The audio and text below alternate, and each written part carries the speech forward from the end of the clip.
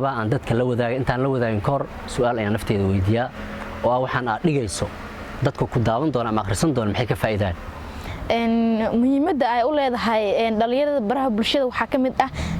marka koowaad waxay jaanis u haystaan in ay ku soo gudbiyaan quruxda dalkooda ama kheyraadka dalkooda iyagoo sawir qaadayo si guud baraha bulshada waxaa looga faa'iideysan karaa in lagu baahiyo nabadda iyo isdhexgalka bulshada iyo sare u kaca dalka iyo ma aragtay waxyaabaha horumarka ee dalka uu sameeyay waxa kale oo kamid ah in markii online wax lagu barto sida dad baa jaamacadaha masterka ku diyaariyo online dhalinyartu social media waxay kala socdaan waaqica saxda ee dalka ka jiro iyo dhaqdhaqaaqa dalka iyo xaaladda dalka uu sii galayo iyagoo markaa ogaanaya muhiimadda iyo ma aragtay doorka ay ku leeyihiin dalka iyo horumarka dalkaba dad baa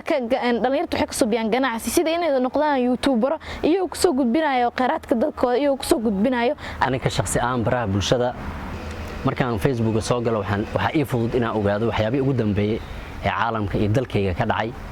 waxa ii fudud waxyaabaha madadaalada oo asxaabta ay wadaagaan oo kale inaan si fudud uga helo marna wuxuu yahay waqti dhumis marna wuxuu yahay meel aan ka helo xogaha baraha bulshada waxay ugu qayb qaadan karaan nabadda inuu soo gudbiyo nabadda hadda jirta inuu ku soo galiyo social media qof inuu YouTuber noqdo uu ka hadlo taariikhyada inay wacyigelin suubiyaan waxay u fududeynaysaa inay nabad dhacdo dadkana ay ka qayb qaataan dhalinyartu waxaan dhihi lahaa u soo jeesta horumarka dalkiina ka qayb qaata nabadda adigay dan ku tahay bulshadaada dan u tahay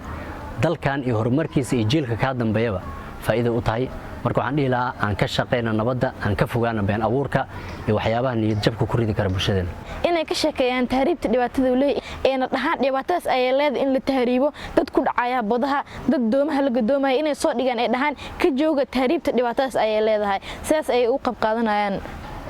Soomaaliya markaad si u fiiriso waxay soo martay waqtiyadii kala duwanaas qofka in loo sheego taana waxay keenaysaa qofka inay ku dhalato dhalinyarta wadaniyad inay ku dhalato aan xog badan ka raadiyo taariikhyo badan ka baaro inuu ka ogaado waxyaabaha dalka ka jira baraha bulshada waxaan u isticmaalaa si in aan siyaasadda kala socdo siyaasadda halka ay marayso in waxyaabaha positive-ka oo dalka ku saabsan ama shakhsiyadiisa ku saabsan inuu Facebook kaga hadlo ama ma aragtay baraha bulshada qaybaha kala duwan ay u isticmaalo baraha bulshada waxa lagu faafin karaa ama aan ku gudbin karnaa nabadda inaan kalibiyo duubno ka hadlayaan nabadda kadib aan dhigno social media kadib dad badan ay ku midoobaan halkaasito sidoo kale marka isbarbardhigno dadkeen wadankeena hore si uu ahaa dhibaatooyinka aan soo maray inta hadda taagan qof walba oo Soomaaliya waxa ka dhacsan in Soomaaliya nabad ah balse in dadku aan ku wacyigelin in tahay Soomaaliya nabad sawirada quruxda badan ee aad Facebook dhigtay ama social media qaybihiisa kala duwan aad dhigtana waxay noqon kartaa wax qurux badan oo dad badan soo jiito